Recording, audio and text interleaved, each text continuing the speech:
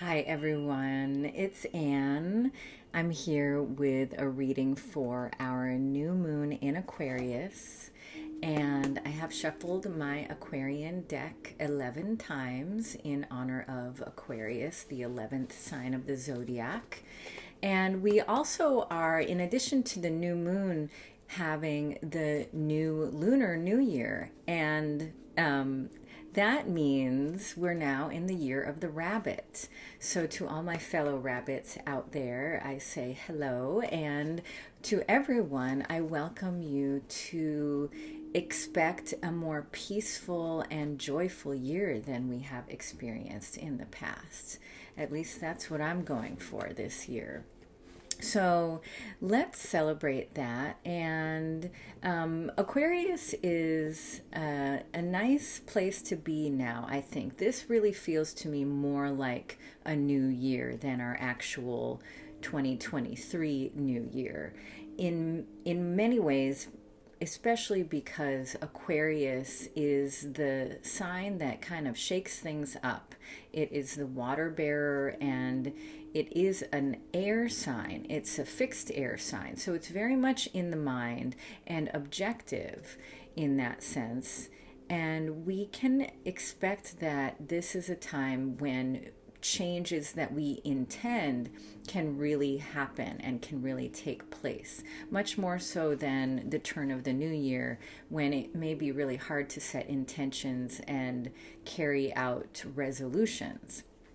So I welcome you to join me now in deciding how we want to feel at this moment moving forward, and bring with us into this new lunar year the intentions and the feelings and the thoughts that we want to cultivate and grow.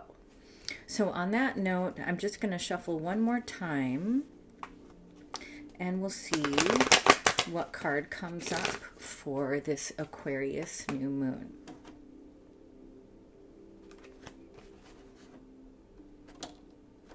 Okay, so it looks like the Three of Swords. So this is a card about heartbreak and about mind over matter and being in a place of really getting clear about what's more powerful, our hearts and our emotions, or our thoughts and our truth.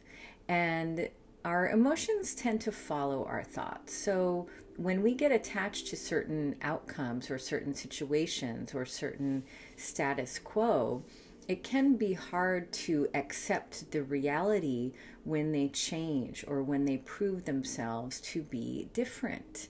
And what comes up many times is surprising to us.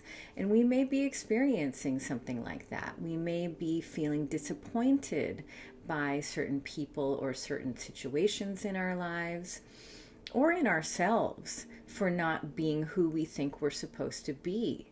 So to that, I would welcome you to join me in answering, we are exactly who we are supposed to be. We are who we are, and life is what it is, and we don't have to take our emotions to be the only truth that there is. Our emotions give us important information about our attachments and our thoughts, but they will change just as our thoughts do.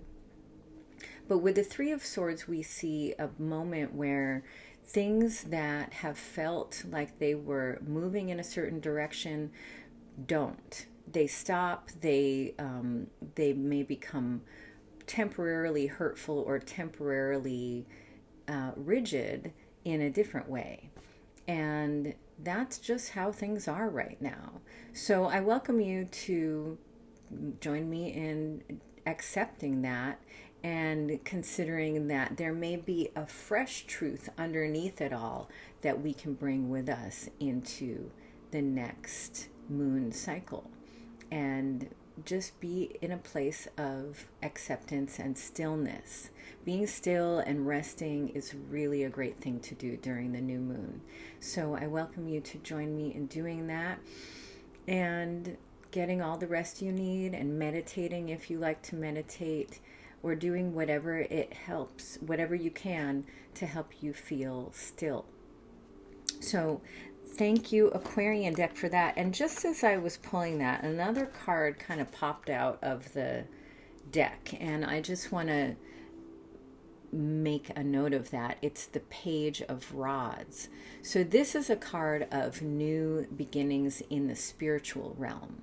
The rods represent the fire element, and we see here the blossoming branch that's alive with the life force of energy or chi or prana or whatever you choose to call it.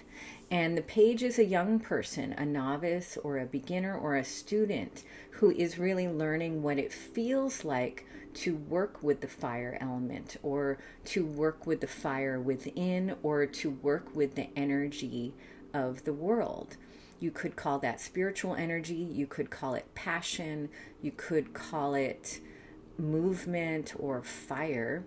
But whatever it is, we're learning to work with that type of magic. So I welcome you to join me in identifying with this archetype as well, and know that this is part of what we choose to do when we create a new world. We work with that fire element, and we allow ourselves to be guided by what it has to communicate with us.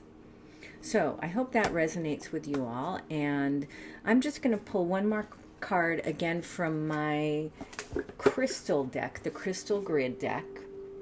I've really been enjoying this deck, and let's see what crystal comes up this time. Oh, all right, that one fell out.